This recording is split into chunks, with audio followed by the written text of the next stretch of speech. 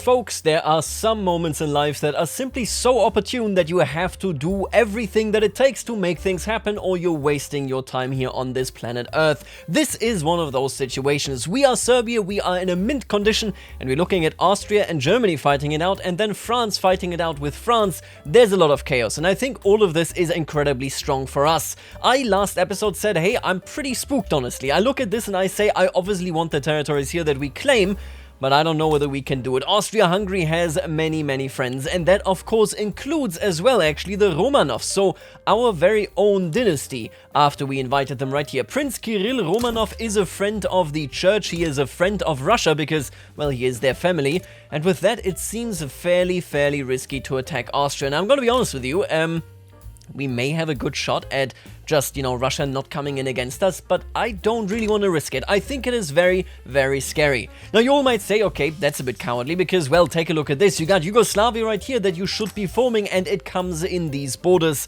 So that is, of course, naturally what you should be pursuing, and I don't disagree.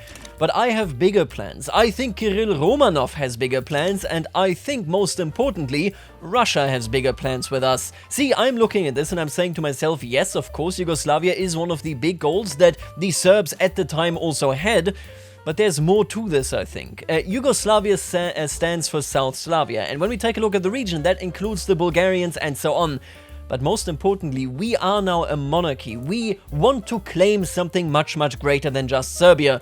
And I want to go a bit further back than anything else. I want to go to the Serbian Empire.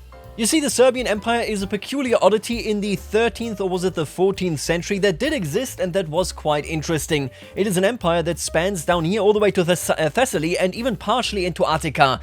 I would like to reclaim the old glory so that we can go from there. It also, of course, is very convenient that our dear friends and our dynastic brothers, the Russians, absolutely detest the Ottoman Empire. So the way I see this is, instead of going for Austria, we will go for their allies. Well, for their former allies, actually. They had an alliance, that alliance now is gone. Austria instead is allied to the falling French kingdom. And we may have a pathway in right here. What we're gonna do, and we're gonna do this right at the very start here, is simply declare a war for something that we desire. And that something is Skopje, that something will be, I think, Thessaly, and that something will be Albania. This is actually Macedonia, isn't it? Yeah, we're gonna go in for all of these, and I hope that you agree with me that this will make for a couple of beautiful borders. If you don't, then you are a traitor. Now, don't get me wrong here, just looking at their armies makes it, I think, pretty clear that this isn't going to be all too easy. Ooh, Russia would love coming in here. The big question is whether any of the Ottoman protectors are willing to come in. I doubt that Italy is going to come in, and I doubt that Austria are going to come in just because they are busy on their own. But obviously that may change once I actually lay claim to more of the stuff that we genuinely want right here. Because as I said, obviously I want Macedonia and then Albania as well. Yeah, those are, I think, the ones that we're going to claim in this particular war. It does mean that we will have to come in a separate war as well. I think long-term we're going to claim these Bulgarian lands, although we may just liberate Bulgaria so that they get these 4 areas right here. But for the time being, I don't think I have the movements. Yep, I can't actually do anything else other than claiming what we're currently claiming, so I will do what I can here, and this is definitely the first step. Now, one thing that is very important to point out, because it will be hugely beneficial for us, is the fact that we now have trench infantry. We developed this, of course, against the Austrians, but realistically speaking, we're looking at a situation where we're now using it against the Ottomans, and this is huge, not just because trench infantry has way better stats, and every infantry that we have is worth way more than what the Ottomans have. No. It also makes it so that we will be capable of, there you go, actually reinforcing our troops much faster, which means we should be, the longer the war lasts, at a huge advantage. At the very least, I hope that that will be the case. Let's just start mobilizing and raising our conscripts as soon as we can. I do have some hope that maybe just... Ooh, and they actually want to return Montenegro, huh? I have some hope that maybe, just maybe, we can get Russia into this. We'll see what it costs us, but I would like our big friend to actually come to our aid here. Oh, and right at the war's start, census suffrage has passed. And I have to say, I am a bit dismayed. This is a way worse flag than what we had previously. And of course, now we have an illegitimate government. We simply have to wait for the elections to be over. Let's take a look at what kind of parties we're getting. We are getting the church in no party. Oh, I hate that. They're not really aligned with anybody. The church will just be standing back. I mean, fair enough. To me, it looks as though we're probably going to get the Radical People's Party, right? They look like the much more comfortable leading party here in this election.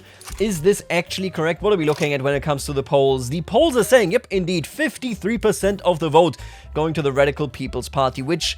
well, we do not have a monarchy, and the petite bourgeoisie is pretty happy about this, but right now they have rather, you know, complex, I think, more democratic and republican ideas. We're gonna see how that plays out. Obviously, our guidance here is the Romanov family, and they will do so much for us.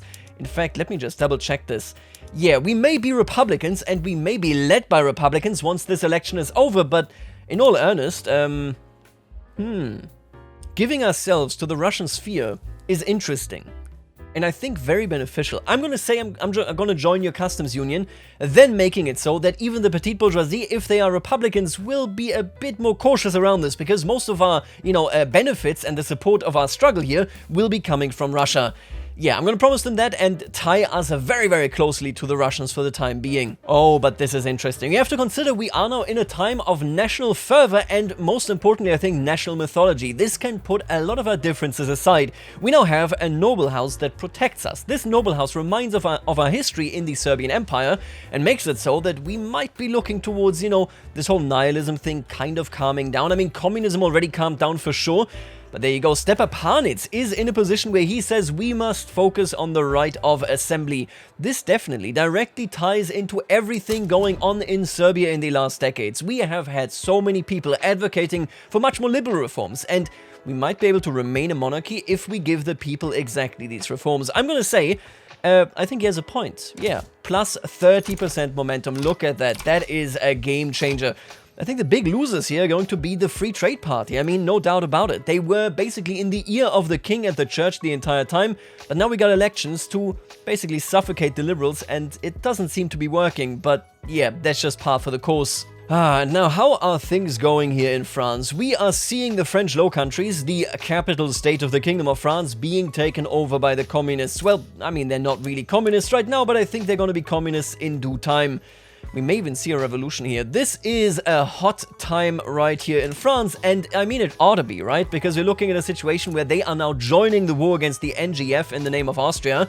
Yeah, just as a reminder here, the NGF is planning to liberate the SGF, which then of course would open the way for the NGF to unify Germany besides Austria. Very, very interesting. Whether the French can actually do anything here, I mean, we'll see, but this disarray is definitely something we need to exploit, and we're kind of doing that as good as we can. I wish we could challenge the Austrians, but it just is too risky. I just got scammed. I actually just got scammed. The Ottomans just backed down. Okay, so we only got Skopje now. Didn't get anything else. I genuinely feel scammed. And now I'm thinking, where does that leave us in terms of infamy? We are at 18, and honestly, this is a huge success. I mean, you can say what you will, but we bullied the Ottomans into handing Skopje over to us. I do think that the monarchy should celebrate this, but I was expecting a war for a lot more. So now we're in a position where maybe we want to take it out on Austria-Hungary. Huh. I mean, they have so many defensive pacts. If I declared a war against them after all, if I actually went in, could I count on the Russians? We are in their market now, which is a huge benefit, by the way, when it comes to our ability to do anything. You can see it right here, our GDP is kind of stagnating, but that is just because we're not building anything. The huge lesson here is now we have a lot more potential being in the Russian market to sell whatever we are producing. And maybe it creates, you know, basically the Russians being willing to actually aid in against the Austrians. But, I'm kind of spooked. Still, I'm kind of spooked. I can't believe I wanted this to be the big thing that we start the episode out with, and they just gave it to us. Huh. Alright, folks, the results are in. Let's examine what kind of government we can form. Now, I'm gonna be honest with you. I really want the church in, just because Kirill Romanov, that is, I mean, basically who represents him. So I think I'm gonna go for this, even if it is merely an unacceptable government. This basically would be an opposition-led government, which I don't think should be happening here. I am happy with the Radical People's Party if they are contained by the Orthodox Church. So let's go ahead and actually do this. At least it keeps the Social Democrats, so the Socialists and the Nihilists out of government, where they belong. Now, the big question here is, can I do some token reforms? We do have a reformer, so the Orthodox Church is fairly flexible on a lot of things. Can I do some token reforms that will make these people happy? Well, What is actually going on with you here? Ooh, elected bureaucrats sounds amazing to me. Universal suffrage? I don't think so, pal. We could go towards right of assembly, but that is something the Liberal Party demanded rather than the Radical People's Party. I would actually really like it if I could pass this, but do they actually care about this? I mean, the Orthodox Church does. Ooh, I mean, a lot of people care about this. You know what? I'm gonna throw them a bone from the start here. I'm gonna say elected bureaucrats goes through for the PB here so that they can be happy. And after that, I think we're going to take a look at propertied women. You have to understand that propertied women is a not really, liberal position. Yes, it's more liberal than where we are, but that is just because we are truly reactionary. The Orthodox Church right now isn't actually reactionary here. What we're doing here is leading our country into a future that very much still adheres to the principle of religion and monarchy, but changes the social order at least a little bit. Alright, but let's assume for just a second that maybe we're not gonna go ahead and declare against Austria just right now. It doesn't seem as though the NGF is actually going to win this. They're making some marginal progress, but that is it. And I'm currently a bit scared of Austria, actually being able to call in Russia, because that would kick us out of this market. And this market is, it's amazing for us, okay? Let's take a look at what we can do here. We can go really heavily into tools, which I would be a huge fan of. Iron as well, that is amazing. Wood is kind of dead. Is normal wood dead? That is the big question for me right here. Oh, we could actually go further and deeper into normal wood, and I think that is exactly what we're gonna do. Nobody create hardwood anymore. That stuff is gone. And that now leaves me in a position where I want to focus, I think, on coal and on iron. It does also make it so that we have plenty of sulfur, which means I can, oh my god, I can actually start changing our production methods right here. We, in our position here and in our infinite wisdom of living where we do, have absolutely no access to sulfur. We talked about this in the past, but just look at this. It's disastrous. I hate to look at this. It means that thanks to the Romanians and thanks to the Russians, we have access now to something that we previously were locked out entirely. I'll take it, okay?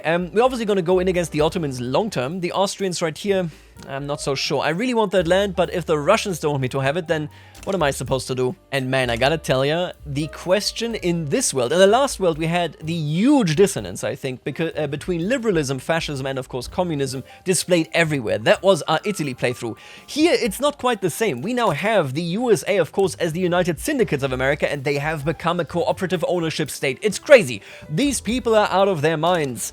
Now here in France, it looks as though we may be seeing the Paris Commune indeed win, which also questions the status quo. But beyond that, everybody is a really reactionary force of monarchism. The NGF, the Austrians, the Italians, the Russians, of course, the British as well, making it so that there isn't really a Republican, a liberal wing.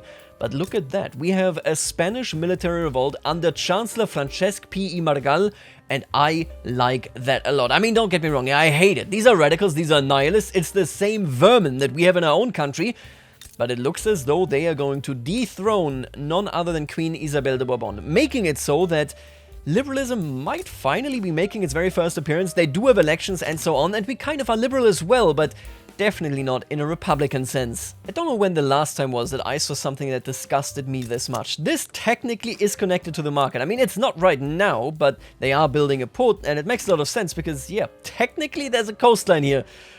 But I hate this. I really do. And oh god, the Bulgarians in Skopje are rising up. And that, I have to say, despite the fact that they are indeed accepted. Now, I think a good chunk of this actually stems from the fact that they were very angry under the Ottomans and the fact that everybody is angry.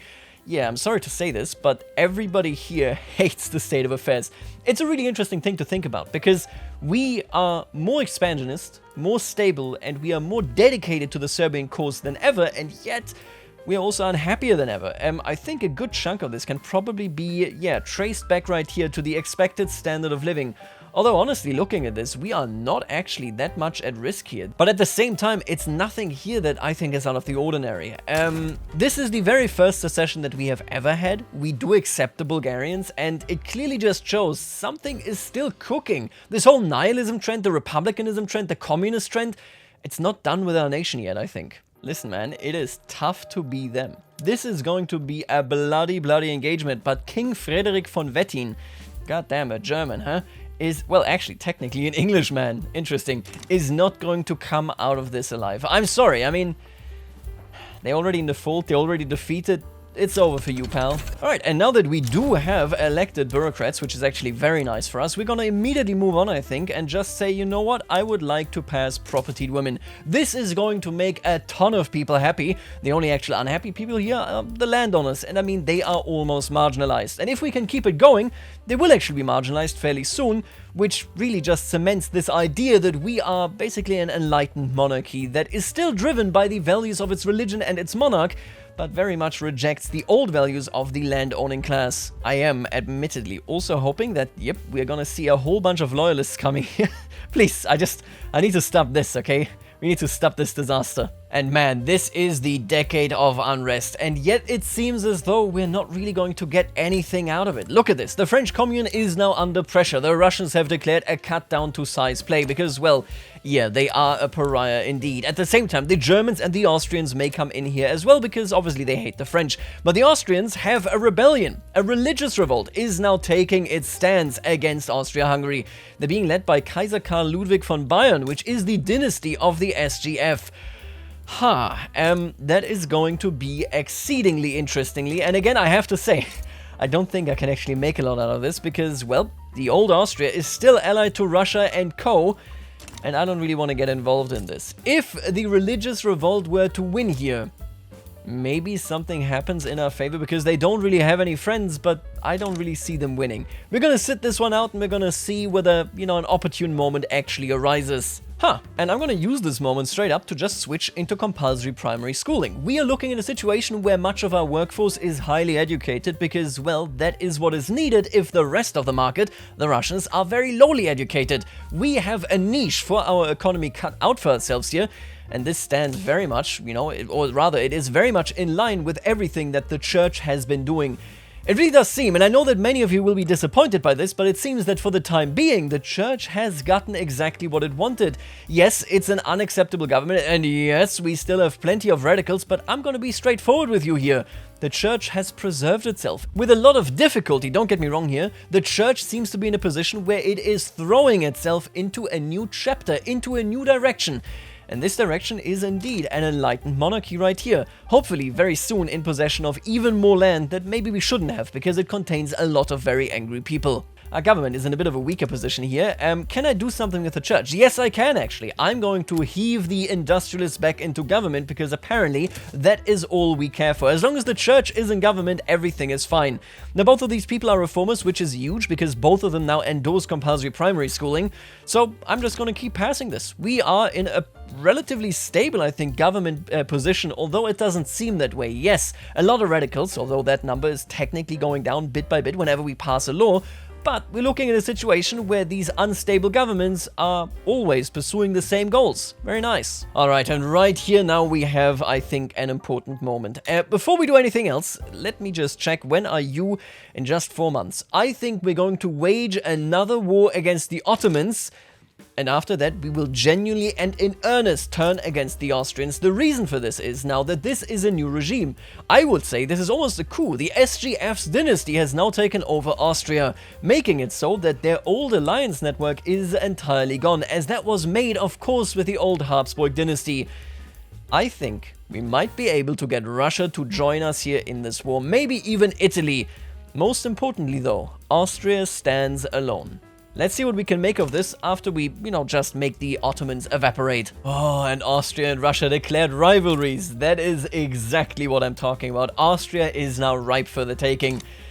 Ah, beautiful. And man, it is admirable, quite frankly, how well the French Commune is holding together. It seems that they may come out ahead in this war, and that obviously is no small feat. We are looking at a war between Russia, Britain, and the French Commune, and they are holding. But I mean, also, look at this, by the way. London at night. Absolutely gorgeous. I love Dawn of Wonder. I really have to say it. It's one of the, maybe the best in my eyes anyway, small packs that have ever been released as a DLC, just because it's just so pretty. I don't know when I last played with the day on. It seems very weird to me to play with it now. But anyway, let's do something grand. And that grand is completely dismembering the Ottomans. I shall now go in, We may have to see whether we have to also fight Romania, but I want to liberate Bulgaria, our Orthodox brethren, our Slavic brethren, and then of course I also want to claim some stuff for myself here.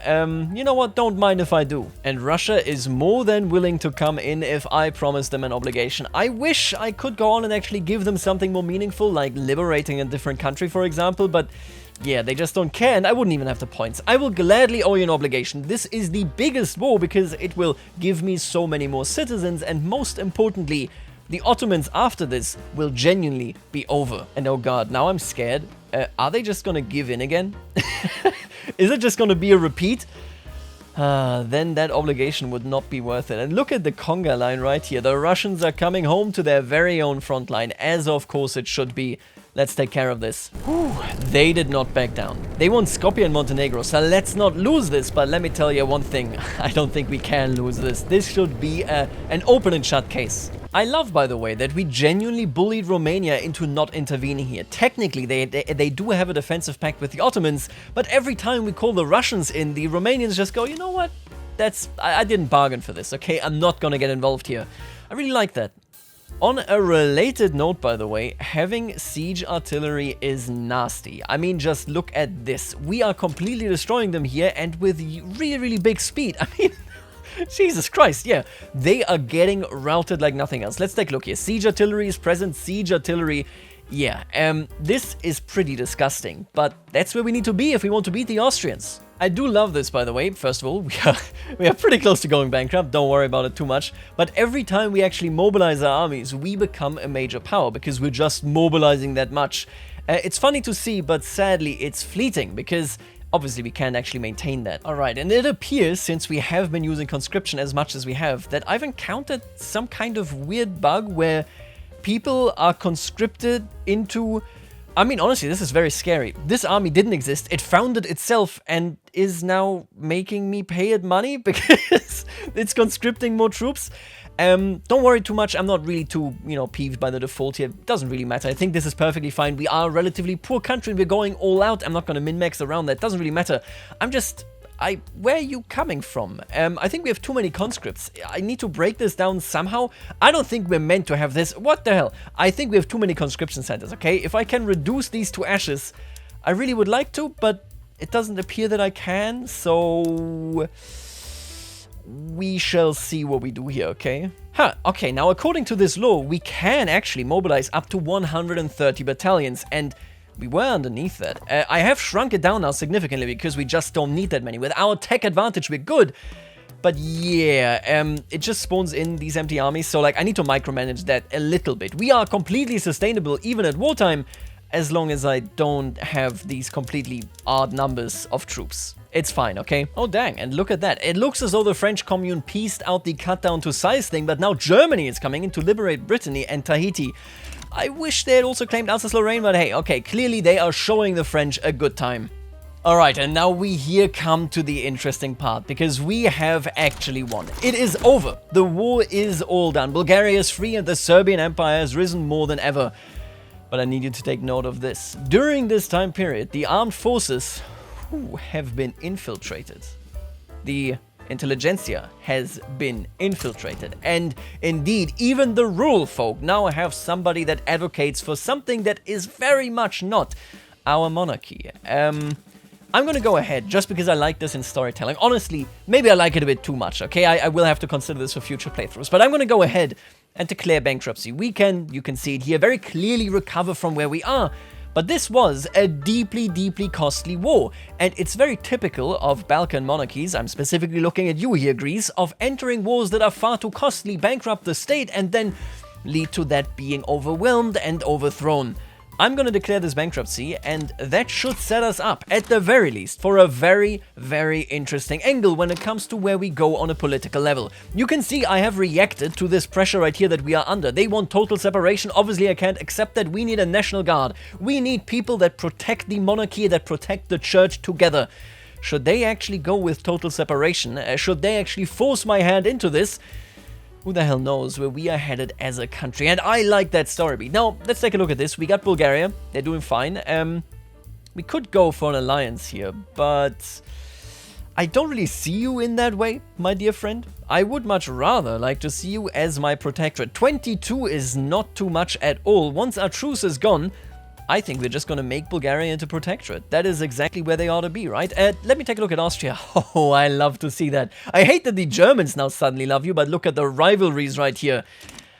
This is gonna be interesting going forward, especially with this huge, very, very disappointed front of people heading for our head, heading for the very order that we seemed to want to establish right here. And oh lord, the spilling of noble blood. A minor member of the Serb nobility has been assassinated by revolutionary forces at his estate in southern Serbia. The surviving members of his family are demanding reprisals. There was a shot, a cry, and then everything was still. But for the anguished woman's sob that would emerge from the parlor a moment later. We must not allow the terror to divert us, or declare a state of national mourning. I think we really are, like, I mean, this is the gunshot that will be heard around the world, isn't it? We're looking at a situation where we are at a breaking point. We just had to declare bankruptcy basically a couple months ago. And we have forces that, after what, 3 or 4 decades of steady republicanism, steady nihilism, steady anti-churchism, are looking at a situation where this is their moment. This is their potential coming to fruition.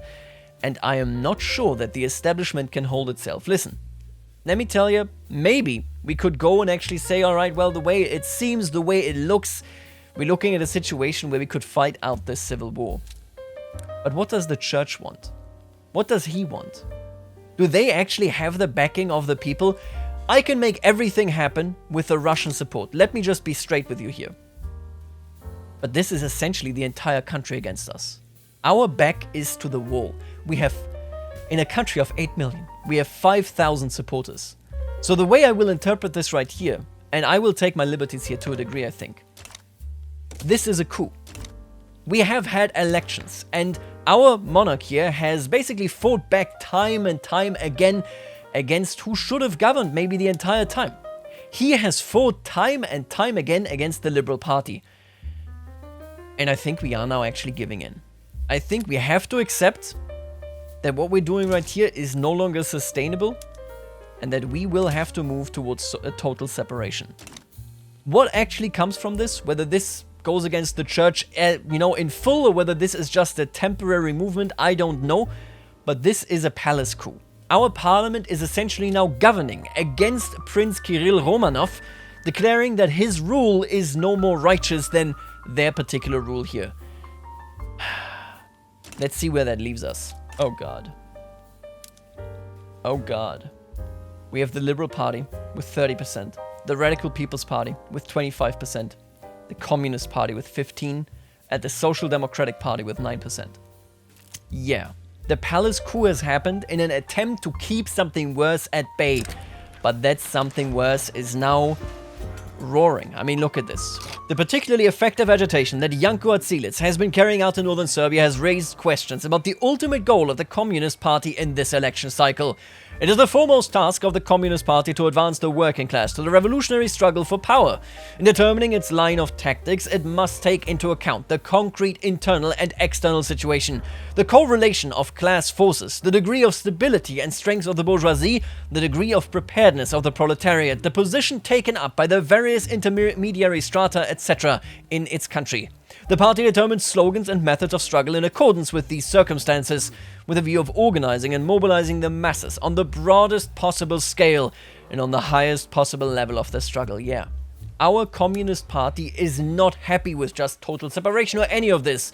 They want to overthrow the entire old order. We could radicalize a bunch of people here. Or we could go on. Oh, that is so interesting. Since we have a social democratic party, we can try to, sort of mellow this out. But no.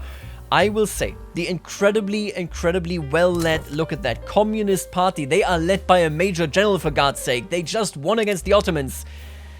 They are gonna gain some more seats in parliament here. We're now looking at 18%. Damn. I love that it's all coming tumbling down now. It looked so stable for a hot minute there, but yeah, no shot. You know what? I'm going to even go ahead. Since we now have the rural folk in government, I'm going to say I will grant Dragutin Zivoskyts the leadership. And all of a sudden, oh boy, all of a sudden we're looking at quite something here. Man, I cannot believe just how much everything is turned around in just one hot minute. I really need to reiterate this. Now, granted, there was an economic crisis that came after defeating the Ottomans. Now, granted, people have been incredibly angry for, well, over 2 decades now, I would say, and we have had a very steady movement towards communism, towards republicanism, and so on. But really take this in.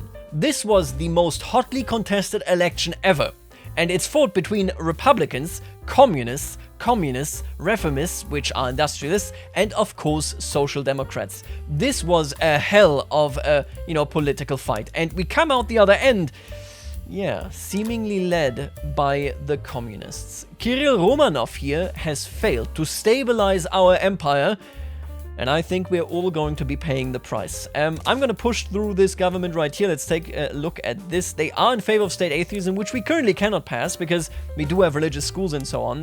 This is restricted. So we're currently going to pass this, and then we're going to see what other things we may be rolling back. But as you can see, the idea of monarchy seems to be dead. And I think that this will also put us at a bit of a crash course with Russia in many, many ways. Total separation has passed, and now let's really take in what we can do here. A presidential republic will no doubt be very popular. We could try it for a council republic, but at the very least, let's get rid of the monarchy. The Romanovs have done nothing but keep us down. Yes, they've given us rights, but this is nothing but a carrot. In the end, we are all following the stick that brings us to the front lines of their wars, that makes our country go bankrupt, that destroys our economy. They are just a part of the international monarchical system that is suppressing the common worker.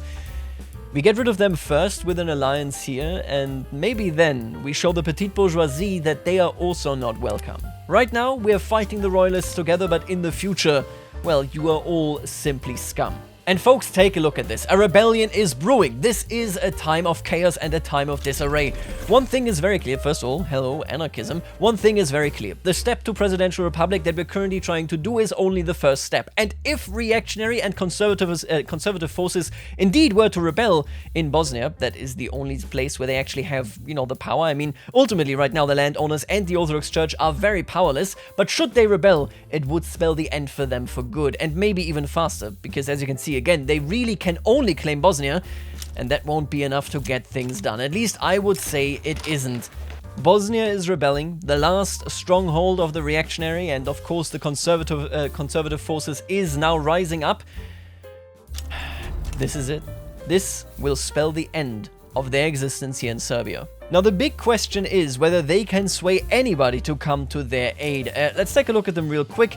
They aren't really popular anywhere, which is huge for us because it just means that we shall march in. And by the way, I am mobilizing the army that is the army of Radomir Konstantinovic, who is, yep, indeed, the leader of the armed forces. He is the communist that kicked all of this off.